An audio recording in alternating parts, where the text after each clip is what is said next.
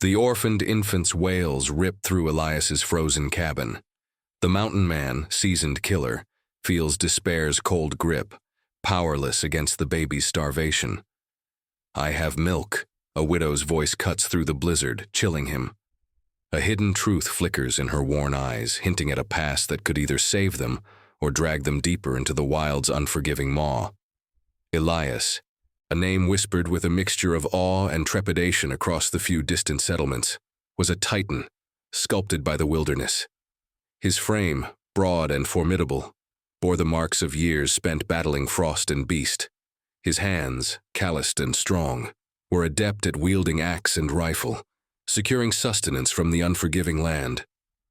For over a decade, the rhythms of his life had been dictated by the hunt, the trap, the silent vigil, weaving a tapestry of solitude that he wore as both armor and penance. The towering pines, their needles fragrant with the scent of fresh snow and ancient earth, were his only confidants, the biting winds his companions, and the flickering, golden warmth of his stone hearth, his sole concession to comfort in a world he had meticulously carved out for himself, far from the echoes of human settlement and the ghosts of a past he sought to bury beneath layers of snow and silence. But now, that carefully constructed fortress of isolation was breached not by a predator's claw or an intruder's blade, but by the relentless, heartbreaking demands of a life impossibly small. The baby, an unexpected and devastating imposition, had arrived in his life like a sudden, brutal blizzard, leaving behind only the stark reality of its helpless existence. A tragic twist of fate along the frontier, a fleeting, desperate plea from a dying soul he had encountered, had thrust this fragile bundle into his immense, unyielding hands. He had found the child in the desolate aftermath of a brutal raid, clutched tight in the frozen arms of a lone settler, whose last breath had been a silent plea for the infant's survival. The man, a stranger Elias had glimpsed once or twice at the distant trading post, had succumbed to his wounds in the merciless cold, leaving Elias with a legacy he could neither comprehend nor deny, a tiny, squalling reminder of humanity's fragility. Elias, who could track a deer through a snowstorm by the faintest scent and fell a mighty elk with a single precise shot, found himself utterly undone by a hunger that no smoked meat could sate, a cry that no lullaby could soothe. His vast, capable shoulders, accustomed to bearing the weight of freshly felled timbers, now sagged under the invisible burden of maternal helplessness. He had tried everything his limited understanding offered, wrapping the babe in the softest rabbit furs, the rough texture a poor substitute for a mother's skin, offering sips of thin broth, which the tiny mouth rejected with fierce persistence, even attempting to quiet the tiny mouth with a calloused finger, all to no avail. Each piercing shriek was a stark reminder of his profound inadequacy. A wound opened in the impenetrable facade he had maintained for so long. The silence of the cabin, once his sanctuary, was now violated by endless sobs, punctuated only by his own heavy, frustrated sighs. The mountain, his fierce provider and silent companion, offered game and wood, the sharp scent of pine and the smoky warmth of burning logs filling the air, but it held no milk, no gentle hand, no soft voice capable of assuaging the fundamental, desperate need of this tiny, vulnerable being. Despair, colder than any winter wind, began to creep into the cabin's sturdy walls, a foe more insidious and formidable than any bear or wolf he had ever faced, a silent acknowledgement that here, in the most primal test, his immense strength was useless against the cries of hunger. He had chosen this life of rugged solitude not merely for its independence, but as a deliberate exile, a self-imposed sentence away from the complexities of a world that had once dealt him a crushing blow. The mountain offered not just survival, but a vast, silent canvas upon which he could paint his grief, his regret, his deep-seated conviction that he was meant for loneliness. He carried the scars of a past betrayal, a loss so profound it had forged him into the formidable, yet emotionally guarded figure he now was. A ghost of a memory, of a life he had once envisioned, flickered at the edges of his consciousness, a painful reminder of what could have been.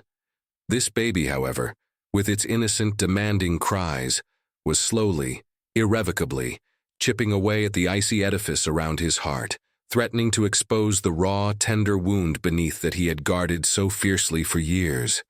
The mountain man, for all his formidable presence, harbored a vulnerability deeper than any ravine, a profound yearning for something he believed forever lost, now stirred anew by the smallest, most helpless of creatures.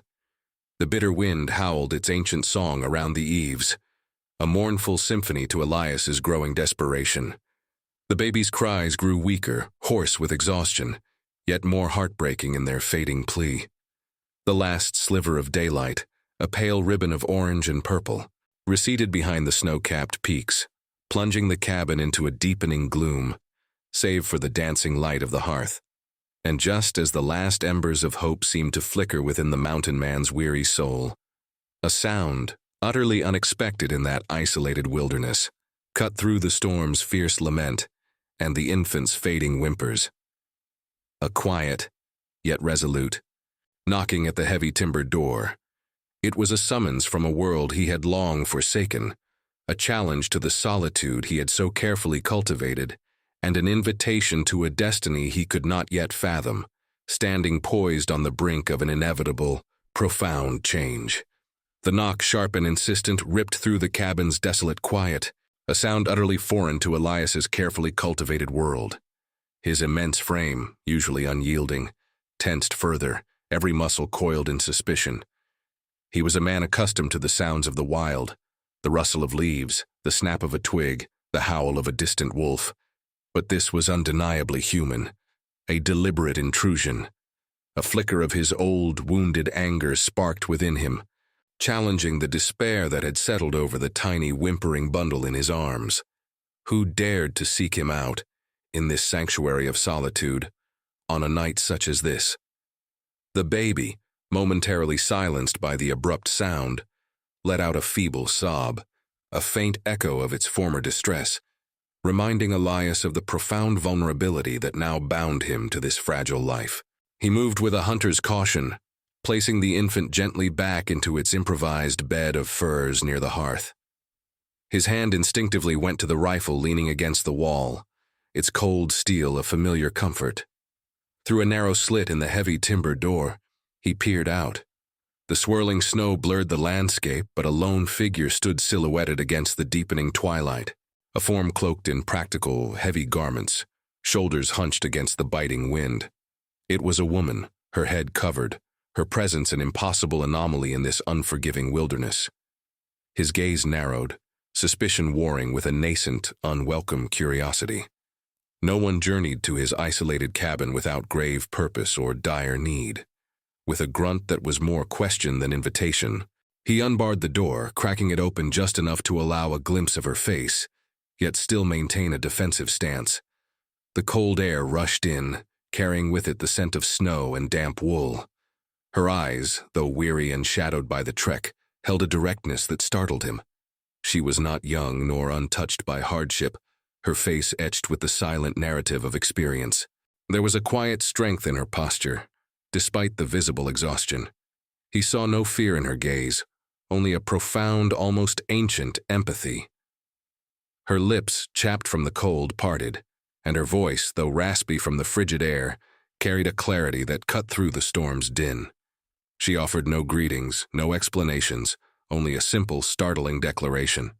She had said, "I have milk."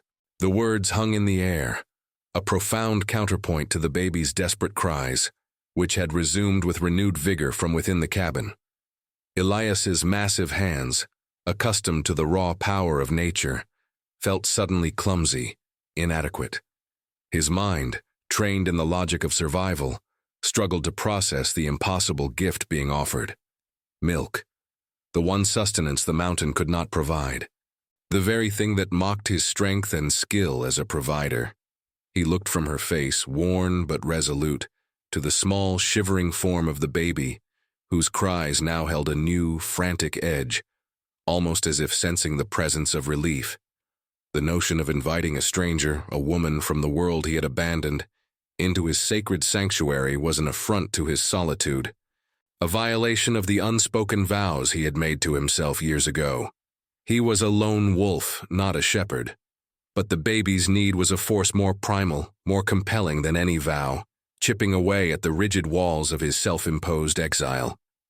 As the woman stood there, unmoving despite the deepening cold, Elias noticed a small, intricately carved wooden bird clutched in her gloved hand, its smooth, dark surface worn by countless touches.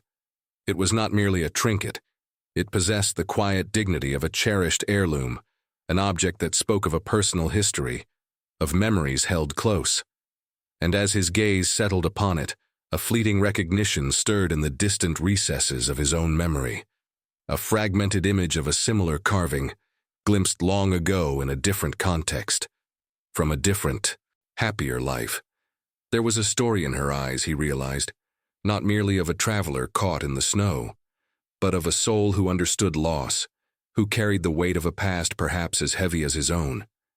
She was Martha, the widow from the nearest small settlement, a woman who carried the quiet grief of having been a mother, whose own community now treated her as a forgotten shadow, much as Elias himself was seen as a fearsome recluse. Her journey here, through the brutal weather, was an act of raw, uncalculating compassion, but also perhaps an unconscious pilgrimage towards a shared destiny, a mutual finding. The baby's wails, now pitiful and weak, were a hammer blow against Elias's resolve. Every fiber of his being screamed to protect his solitude, to send her away, but a deeper, more primal instinct, one he had long suppressed, demanded that he save the fragile life within his care. This was not a choice. It was an obligation, stark and undeniable. He saw in Martha's steady gaze a reflection of his own burdened soul. Two outcasts bound by the cruel hand of fate, brought together by the purest form of necessity. He gave a single, almost imperceptible nod, his jaw clenched, his eyes still holding a profound distrust, yet yielding to an urgent, desperate truth. He pulled the door open fully, allowing the cold to swirl inwards, a herald of the irrevocable change that was about to unfold. The mountain man, who had walked alone for so long, had just crossed the threshold into an unknown world, taking the first terrifying step into a shared existence, irrevocably entwined with the frail cries of an infant and the silent strength of a stranger. Martha stepped across the rough-hewn threshold, bringing with her not just the chill of the mountain air, but a quiet, almost reverent stillness that settled over the chaotic cabin. Her presence was a stark contrast to the raw, untamed nature outside and the helpless despair within. Elias watched her every movement, his gaze piercing, scrutinizing. He leaned his rifle against the wall, a silent declaration of caution. This was his sanctuary, his fiercely guarded domain, and now it was permeated by the scent of a stranger, the soft rustle of her heavy cloak, and the undeniable hum of a different life. She offered no immediate explanation for her journey, no plea for shelter, only a glance towards the whimpering infant, a look filled with a silent understanding that transcended words. The cabin, usually a bastion of stark utility, suddenly felt exposed, its rough comfort laid bare. The flickering fire cast dancing shadows, revealing every detail of Elias's Spartan existence. Tanned animal hides draped over a simple cot, tools hung neatly on the walls, a stack of split firewood glowing beside the hearth. He had built this place with his own hands, each timber a testament to his strength and self-reliance. Now, under her observing eyes, it felt less like a fortress and more like a shelter awaiting its true purpose. Martha moved with an unhurried grace, her actions deliberate and calm. She did not ask for permission, but simply extended her arms, a silent offering to the crying baby. Elias, though his every instinct screamed against yielding control, found himself frozen. The child's cries were diminishing, morphing into small, exhausted gasps. With a hesitant, almost imperceptible gesture, he indicated the infant. She approached the small bed of furs, her movements soft, her gaze entirely focused on the tiny, distressed face. As she gently scooped the baby into her arms, a wave of relief, swift and profound, washed over Elias, unsettling him with its intensity. The infant startled for a moment, then nestled into her embrace, its wails subsiding into soft whimpers. Her touch, light and practiced, seemed to calm the child instantly. She found a low stool by the fire, settling herself with the baby held close. Her back to Elias, a silent statement of trust and purpose. He remained standing, observing her, his arms crossed over his chest, a barrier against the unfamiliar emotions stirring within him. He saw the gentle sway of her body as she comforted the infant, the quiet murmur of soft words he couldn't quite decipher, the subtle rise and fall of her chest as she offered the life-giving milk. The cabin, once filled with the raw sound of distress, now resonated with the soft suckling sounds, a melody of pure, undeniable relief. For the first time in what felt like an eternity, the baby was quiet, save for the sounds of its satiation. The silence between them stretched, not empty, but filled with the profound weight of the moment. Elias felt an unaccustomed warmth spread through the small space, a warmth that had nothing to do with the roaring fire. He watched the subtle movements of Martha's hands as she adjusted the blanket around the fed infant, her fingers bearing faint scars, marks of a life lived perhaps with similar hardships. He noticed the way a stray strand of her dark hair escaped from beneath her simple head covering, catching the light of the fire. She was a woman of quiet strength, her presence a powerful counterpoint to his own gruff solitude. After a long while, the baby drifted into a deep, peaceful sleep, its tiny chest rising and falling evenly. Martha carefully laid the infant back into its furs, her movements gentle, almost reverent. She turned to face Elias then, her eyes meeting his directly. There was no triumph in her gaze, no expectation, only a quiet understanding. Her voice, soft but clear, finally broke the profound silence. She spoke not of a price or a debt, but of a simple reality, a condition born of the wild, unyielding world they inhabited. She said that she would stay, as long as there was need, but her presence was not a gift of charity, nor a claim on his affections. It was an exchange, a partnership forged in the crucible of survival. She did not seek comfort, but a sanctuary, a place where her own quiet grief could exist, intertwined with the daily labors of maintaining a home in the unforgiving mountains. Her aid was not free. The mountain demanded effort, and her contribution would be her usefulness, her respect for the silent rules of this solitary place, and her quiet, unyielding service to the vulnerable life that bound them. She would be a steward of the hearth, a guardian of the child, and a silent participant in the harsh, beautiful rhythms of the wilderness. The initial days were a careful dance of quiet observation and unspoken agreements. Elias, a creature of habit and solitude, watched Martha with the intense scrutiny of a seasoned tracker, discerning her patterns, assessing her capabilities. He saw how she moved through the cabin, her steps light yet purposeful, arranging the meager provisions, sweeping the dirt floor with a broom crafted from bundled twigs, her hands never idle. The cabin, once a mere shelter against the elements, began to soften, shedding its stark edges. A faint, clean scent replaced the pervasive aroma of wood smoke and dried meat. The furs were meticulously brushed, the tools neatly organized. She performed these tasks without complaint, her movements economical, her gaze often drifting to the peacefully sleeping infant by the fire. Martha, in turn, observed Elias. She saw the unwavering intensity in his eyes, the almost preternatural awareness of his surroundings, the quiet strength that radiated from his massive frame. She watched him return from his hunts, bearing game that would feed them for days, his face chiseled by wind and sun. There was a gruff silence to him, a deliberate distance, yet she noted the subtle softening in his jaw when the baby gurgled contentedly, or the way his eyes would briefly linger on her as she meticulously mended a torn blanket. The days stretched into weeks, each one a testament to Martha's quiet resilience. She was no stranger to hardship, and the rigorous demands of mountain life did not daunt her. She learned to tend the fire with expert precision, ensuring a constant, comforting warmth. She boiled herbs for teas, their fragrant steam filling the small space. She meticulously cleaned and repaired Elias's worn buckskins, her nimble fingers working wonders with needle and sinew.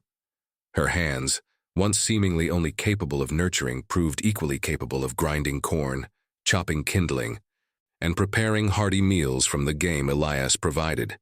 The meals, once functional and solitary affairs for Elias, now bore a subtle touch of care, a gentle seasoning, a comforting warmth that extended beyond mere sustenance. It was in the quiet moments that her true strength began to reveal itself, a strength not of muscle and brawn, but of an enduring spirit. One frigid afternoon, a sudden, fierce blizzard descended upon the mountain, trapping them within the cabin for days. The dwindling food stores became a concern, and the monotonous drone of the wind outside threatened to fray nerves. Elias, accustomed to such tests, found himself pacing, his gaze drawn to the diminishing pile of firewood and the hungry wails of the infant, whose milk supply was now entirely dependent on Martha's presence. Martha, however, remained a calm anchor amidst the storm. She meticulously rationed what little they had, her voice a soothing murmur as she crooned lullabies to the fretting baby. She knew various wild plants and their uses, a knowledge Elias, for all his wilderness skills, did not possess. She would point to the dried herbs hanging above the hearth, explaining their medicinal properties, a quiet wisdom she carried from a life lived close to the earth. He witnessed her preparing a poultice from foraged bark and rendered bear fat to soothe the baby's chafed skin, her brow furrowed with a gentle concentration.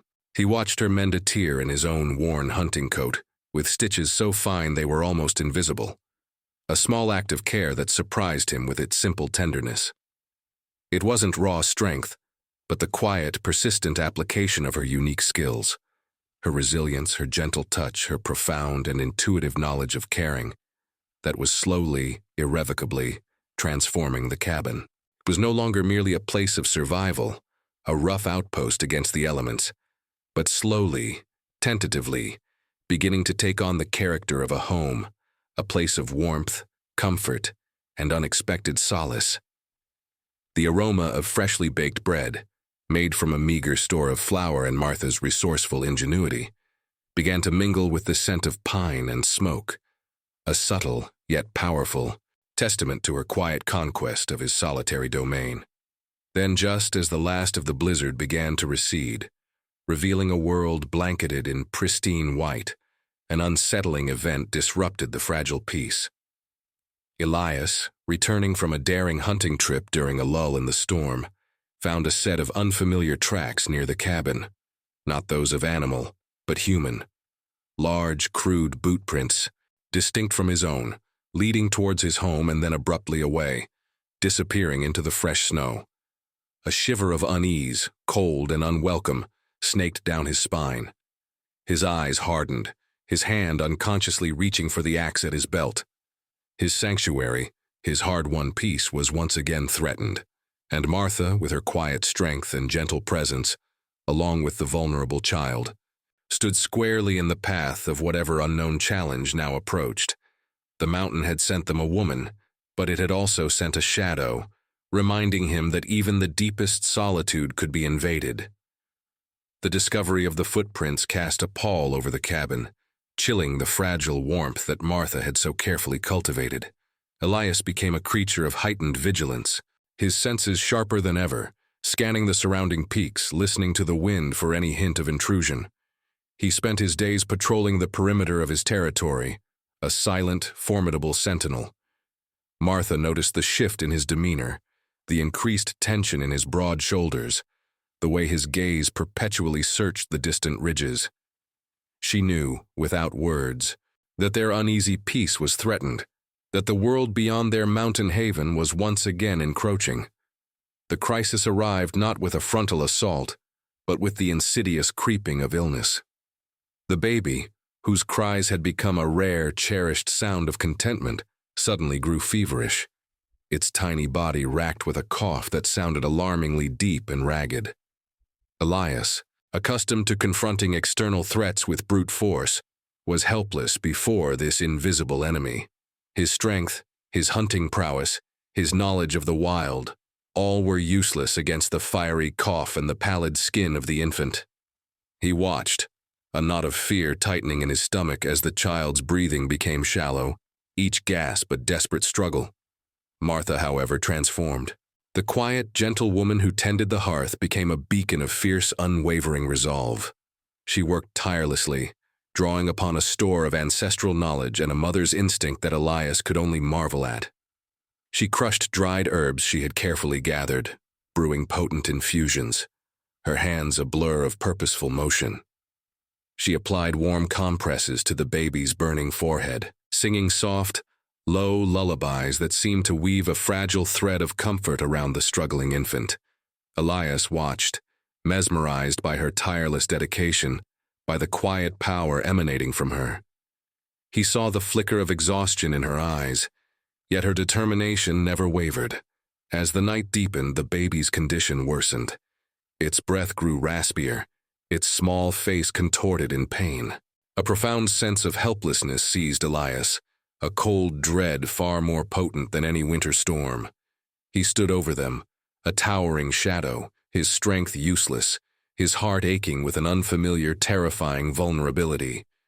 Martha, however, did not surrender to despair. She spoke to Elias, her voice low and urgent, detailing the remedies she needed, the precise types of bark and leaves that could be found even in the deepest snow.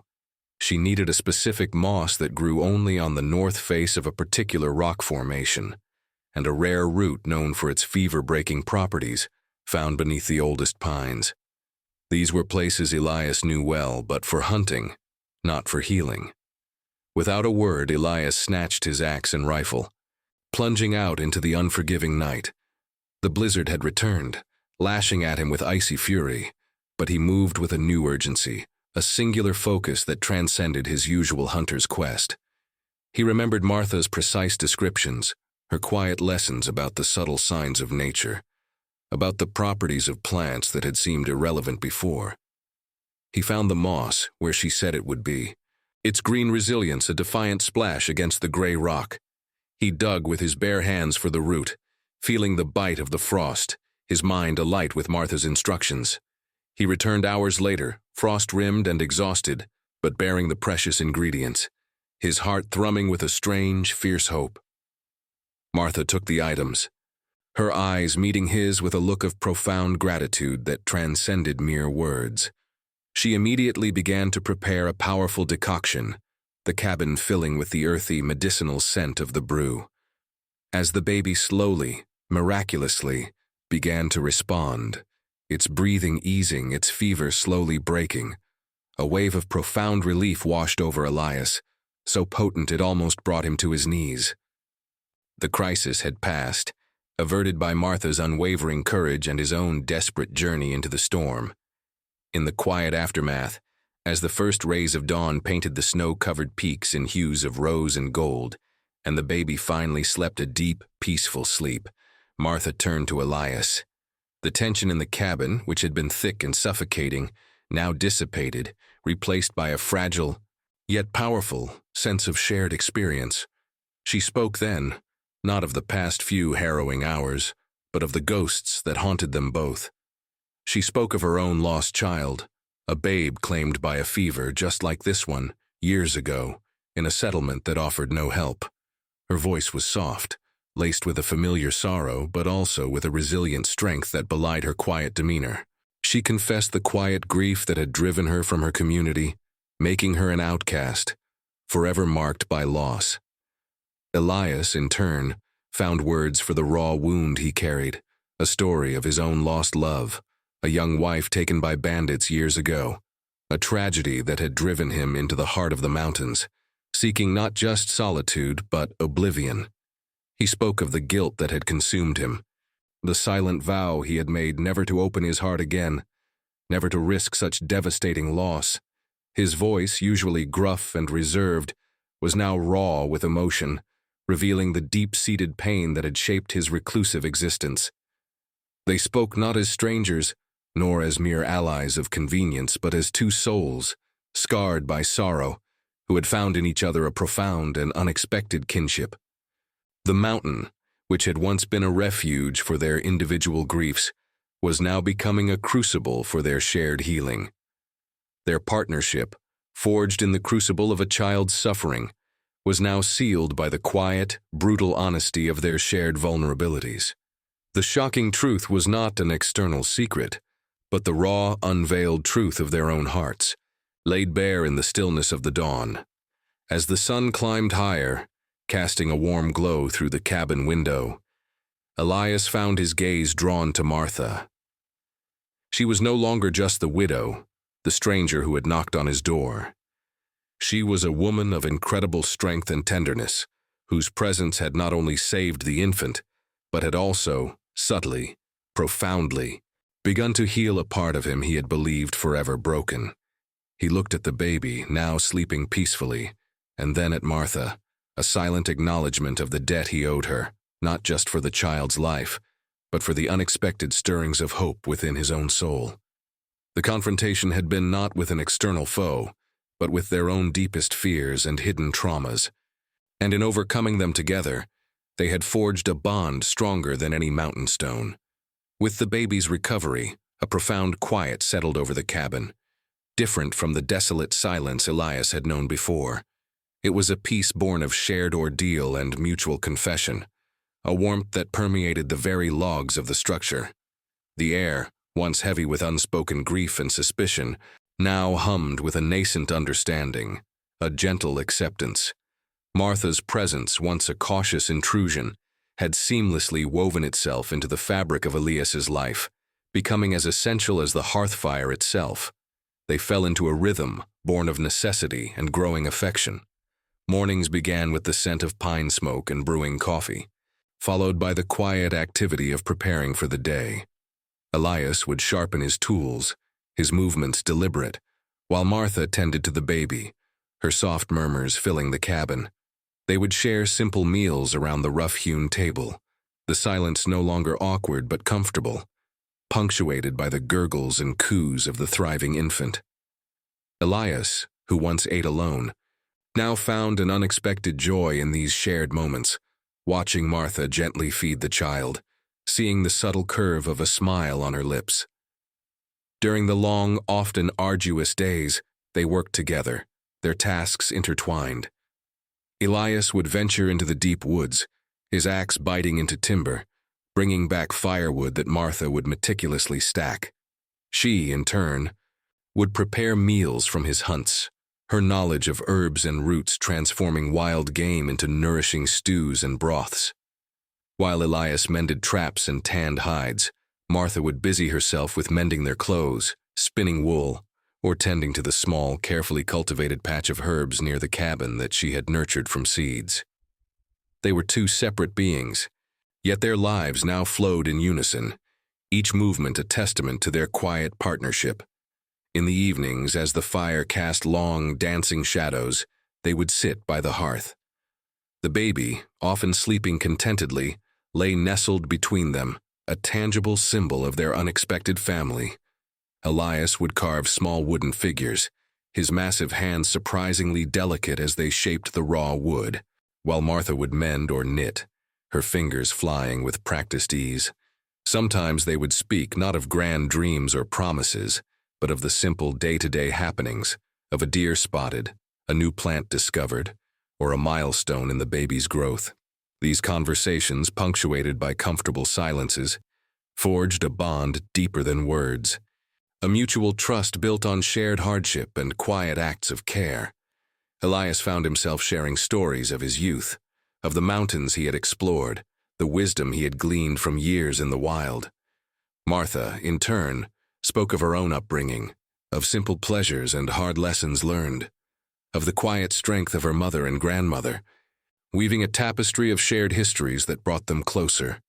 One blustered evening, as Elias was sharpening his hunting knife, his gaze fell upon the small, intricately carved wooden bird Martha still kept close. It lay on the rough wooden table, gleaming faintly in the firelight. He picked it up, his thumb tracing the smooth, familiar lines. He remembered where he had seen such a carving before. Years ago, in a bustling frontier town, before his world shattered, he had glimpsed a young woman, bright and full of life, carrying a similar wooden bird. It had been a gift, she had said, from her mother, a symbol of freedom and hope. That woman had been his beloved, the very one he had lost, the ghost that had driven him to the mountains. Martha, seeing his gaze on the carving, slowly reached out and took it from his hand. Her eyes clouded with memory. She explained that it was a family heirloom, passed down through generations of women in her family, each carving unique, yet bearing the same unmistakable craftsmanship. It was then, as she spoke of her mother and the small community she had left behind, that a chilling truth slowly unfurled between them, like a banner of destiny. The small, isolated settlement where Martha had lived, and where she had lost her own child to a brutal fever, was the very same place where Elias's beloved had once resided, where she had grown up, where she had received this very same type of carved bird from her own mother, who was also Martha's distant cousin. Their destinies, it became clear, had been intricately intertwined long before the knock on Elias's door. The mountain, in its profound wisdom, had brought together two souls linked not by coincidence, but by a subtle, almost predestined connection that stretched back through generations. A silent echo of lives lived and lost in the rugged frontier. They were not merely two outcasts finding solace. They were fragments of a broken circle, now reunited. The peace, however, was as fragile as the mountain wildflowers that dared to bloom in the harsh climate. As the winter began to wane, and the first hints of spring softened the edges of the frozen peaks, Elias noticed subtle changes in the forest. Animal tracks were disturbed in unnatural ways. Distant axe blows echoed where no trapper should venture, and the lingering scent of unfamiliar wood smoke occasionally tainted the crisp mountain air. The quiet hum of the wilderness, usually a comforting presence, now carried an undercurrent of unease.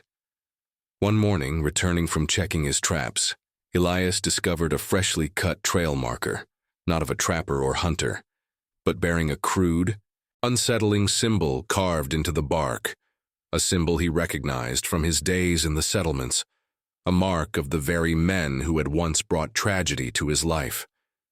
His hand tightened on his rifle. The world they had sought to escape was drawing closer, its shadow lengthening over their hard-won haven. The ominous trail marker served as a stark, chilling prophecy. Elias's senses, already honed by years of wilderness survival, now pulsed with a heightened awareness. The air itself seemed to vibrate with an unseen tension. He moved through the forest with a renewed intensity, his gaze sharp, reading every broken twig, every displaced stone for signs of intrusion. Martha, too, sensed the shift. The comfortable rhythm of their days was subtly disrupted by Elias's grim watchfulness. The way he would often pause, head cocked, listening to the wind, his hand resting on the hilt of his hunting knife. The threat manifested not as a sudden invasion, but as a slow, deliberate tightening of the net. Reports filtered in from the occasional trapper who ventured near Elias's territory, whispers of strangers in the lower valleys, asking questions, their descriptions eerily precise. These were not innocent prospectors or lost wanderers. These were the very men Elias had fled years ago, the remnants of the outlaw gang who had devastated his life, now seemingly reformed under a new, more insidious leadership. They were men who sought not merely plunder, but control, their reputation for ruthless enforcement spreading like a wildfire, and they had come for Martha. The leader of this new contingent, a man named Silas, was not just a common bandit. He was the younger brother of the man who had ordered the raid on Elias's home years ago, a man driven by a twisted sense of familial loyalty and a thirst for power. Silas considered the mountain, and everything on it, his personal domain, a fact he had made abundantly clear to the terrified few who dared to cross his path. Martha, with her quiet strength and ability to weave a semblance of civilization into the wild, was seen as a valuable asset, a resource to be exploited, or a woman whose beauty and resilience should belong to him. She was not a person to them. She was a possession, a prize. One frigid afternoon, a small group of these men, led by Silas himself, rode boldly into the clearing outside Elias's cabin. Their horses snorted plumes of white breath into the crisp air, their rough voices shattering the mountain's pristine silence. Elias stood on the porch, rifle in hand, a formidable, unmoving wall of defiance. Martha, holding the now larger infant close, stood just behind him, her face pale but resolute. Silas, a man with a cruel glint in his eyes and a sneer on his lips, dismounted, his boots crunching loudly on the frozen snow. He spoke with a chilling arrogance, claiming that Martha, as a widow without protection, was now under his care and would accompany him back to his camp. He saw her as a means to consolidate his power, a domestic presence in his rough world, and a woman whose independent spirit he intended to break. Elias's grip on his rifle tightened, his knuckles white, the air crackled with unspoken challenge. He had faced down countless dangers in these mountains, but this was different.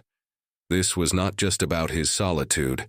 It was about the sanctity of their fragile home, the protection of the family they had so painstakingly built. He was no longer just the mountain man. He was a protector, fierce and unyielding. The silence that followed Silas's demand was pregnant with menace, broken only by the whimpering of the baby, sensing the profound tension. But then Martha stepped forward, her voice surprisingly steady, cutting through the frosty air. She looked not at Silas but at Elias, her eyes conveying a silent, desperate plea, a strategic gamble that stole his breath.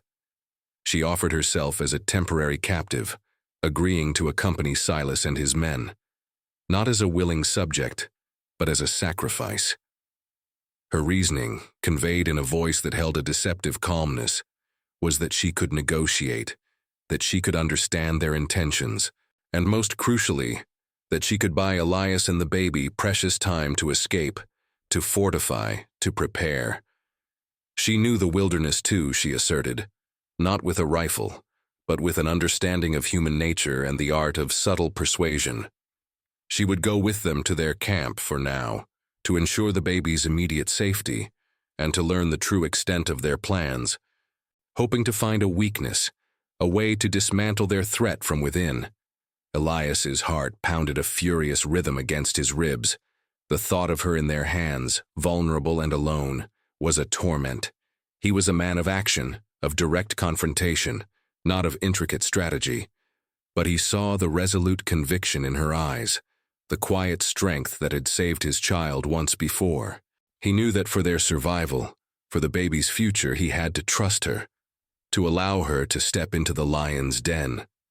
He clenched his jaw, a raw, wordless battle raging within him, between his instinct to fight and her desperate plea for a different kind of courage. With a barely perceptible nod, he conceded, a silent promise in his eyes that he would come for her. Martha, with one last, lingering look at the baby clutched in Elias's suddenly trembling arms, walked toward Silas and his men, a defiant dignity in her step, her sacrifice a desperate gamble for the very future of their newfound family. She stepped into the unknown, a pawn in a dangerous game, but a pawn with a will stronger than any man imagined. The silence that descended upon the cabin after Martha's departure was deafening, a hollow echo of her absence. Elias felt it like a physical blow, the air thin and cold. He cradled the now crying baby, its small whimpers mirroring the turmoil in his own soul. He had allowed her to walk into danger, a decision that gnawed at him with a ferocity he hadn't known since his own devastating loss years ago. But he had seen the resolve in her eyes, the strategic intelligence that transcended brute strength. He had to trust her plan, for the child, and for her. He spent the next days in a blur of furious preparation, a man possessed. His cabin, once a simple dwelling, became a fortress. He reinforced the door, sharpened every blade, and meticulously cleaned his rifle, loading it with care. He moved with a hunter's stealth, scouting the mountain passes, learning the movements of Silas's men, their patrols, their weaknesses. He was no longer just protecting his home. He was preparing for war. He knew their camp was in a sheltered valley a day's journey away, a place of easy access, but also of hidden dangers which he intended to exploit. Martha in the bandits' camp was a prisoner, yet she moved with an inner freedom they could not comprehend. She observed, she listened, she assimilated. She saw Silas for what he was, a man driven by ambition and a shallow sense of power, prone to fits of rage and blind to subtlety. She recognized the fear in the eyes of his men, the grudging loyalty born of intimidation, not respect. She tended to their wounds using her knowledge of herbs to alleviate their ailments, a quiet act of kindness that subtly sowed seeds of doubt and respect among some of the less hardened men. She heard their crude boasts, their plans to expand their territory, to subjugate the scattered settlements, and learned of a hidden cache of stolen goods, a vulnerability Silas guarded fiercely. The confrontation came not at the cabin, but deep within the mountains, a place Elias knew like the back of his hand. He had chosen the battlefield, a narrow, treacherous pass where the towering rock faces offered no escape, a place where his knowledge of the terrain could negate their numbers.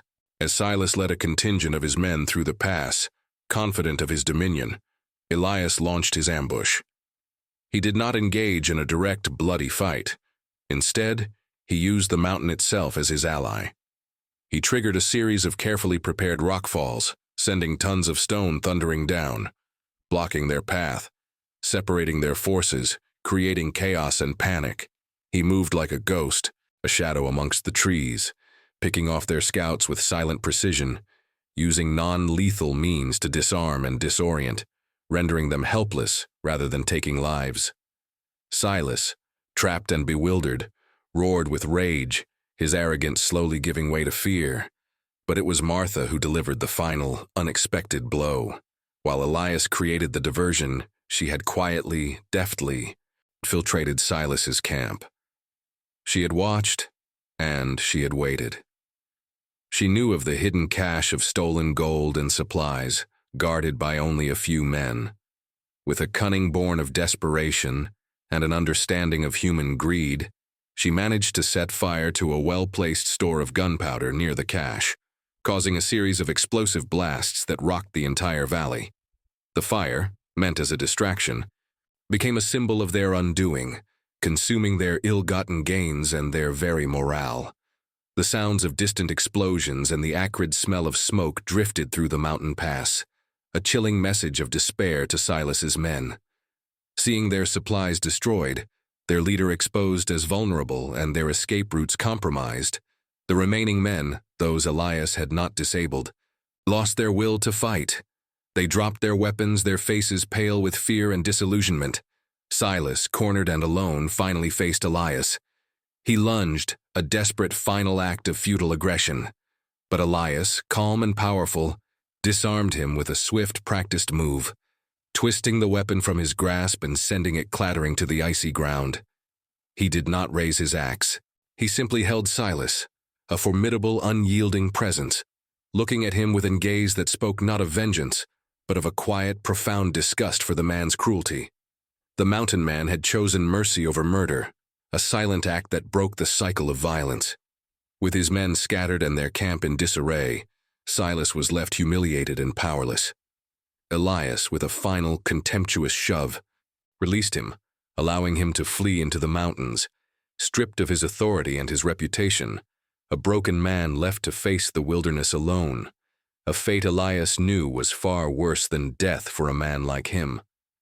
As Elias returned to the now silent camp, the smoke still rising from the smoldering ruins, he found Martha waiting amidst the scattered debris.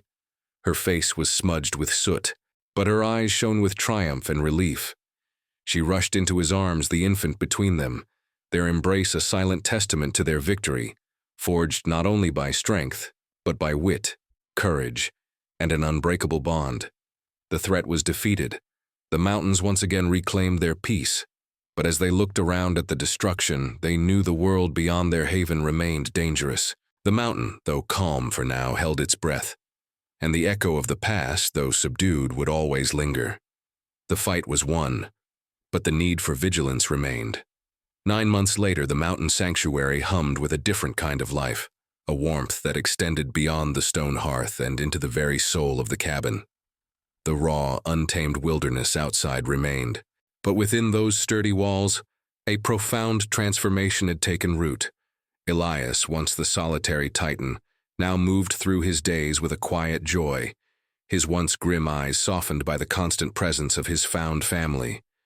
The baby, no longer a helpless infant, was now a sturdy toddler, taking his first tentative steps across the cabin floor, his delighted gurgles filling the space that had once known only silence. and the whisper of Elias's grief. Martha, her face radiant with a contentment she had believed forever lost, was the heart of this new home. She moved with an easy grace, her hands busy with the daily rituals of family life, preparing meals, mending clothes, or patiently teaching the toddler the names of the animals Elias brought home. Her laughter, a soft, melodic sound, was now a familiar melody in the cabin, a stark contrast to the mournful wind that sometimes howled outside. She carried herself with a gentle fullness, her belly noticeably rounded with the promise of new life, a visible testament to the complete healing that had unfolded within their lives. Their first child together, conceived in the quiet aftermath of their shared victory, was a symbol of their enduring love and their fierce hope for the future. Elias watched her, his heart swelling with a gratitude that transcended words. He saw not just the woman who had saved his adoptive son, but the partner who had healed his own fractured soul. The scar of his past, though still present, no longer festered. It had been woven into the tapestry of his new life, a reminder of the strength found in vulnerability, the power of connection. He still hunted, still protected, but now his efforts were imbued with a different purpose, a deeper meaning. His massive hands, once only tools of survival, now gently carved small wooden toys for the toddler, their delicate shapes a testament to the tenderness he had found. One crisp autumn morning, as the scent of pine and wood smoke filled the air, Martha uncovered an old leather-bound journal hidden beneath a loose floorboard near the hearth, a relic from Elias's earliest days in the cabin. It was a journal he had kept sporadically, filled with his terse observations of the wilderness, but also with faded, almost forgotten sketches. Among them was a crude, yet unmistakable drawing of the mountain itself, its towering peak scarred by a lightning strike, bearing a striking resemblance to a symbol often depicted in the ancestral carvings of Martha's family. And as she looked closer, she realized that the small carved wooden bird she still cherished, the one that had linked her to Elias's lost love, bore a subtle detail in its wing, an almost identical, tiny representation of that very same lightning-scarred peak. It was a revelation that brought their journey full circle. The place Elias had chosen for his solitary exile, the mountain that had become their sanctuary, was not merely a random refuge. It was a site of ancient significance, revered by Martha's ancestors, known through generations as a place of healing and renewal, a sacred ground connected to her own lineage, and, by extension, to the very family Elias had lost. Their meeting, their survival, their love, and the new life blossoming within Martha were not accidents of fate, but the fulfillment of a destiny woven into the very fabric of the mountain itself. Their story was not just one of individual struggles, but of an ancient connection, a lineage reunited through the unlikely bonds of shared sorrow and mutual salvation. The mountain, in its quiet wisdom, had always intended for them to be there, to rebuild what was broken, to forge new life from old wounds. And so, in the heart of the formidable mountains, a new legend was born. The story of Elias, the gruff mountain man, and Martha, the gentle widow, became a silent tale whispered across the frontier, a beacon of hope for those who sought refuge and found family. It was a testament to the profound truth that courage was not always found in grand battles, but often in the quiet, everyday acts of kindness. That family was not merely a matter of blood, but of the fierce, unwavering loyalty forged in adversity, of the lives we choose to protect and the hearts we choose to open. And that a home was not simply a place built of logs and stone, but a feeling of belonging, of safety, and of unconditional love, found amidst the wild, unforgiving beauty of the world, a solace discovered in the purity of a child's laughter and the enduring empathy of a gentle, resilient woman. Their legacy was not just survival, but the enduring proof that even the most wounded souls could find redemption, and even in the deepest solitude, a new world of connection could bloom. Did you enjoy this journey? Tell us from what corner of the world you're watching this story from. Leave your comment, and to make sure you don't miss the next adventure, subscribe to the channel.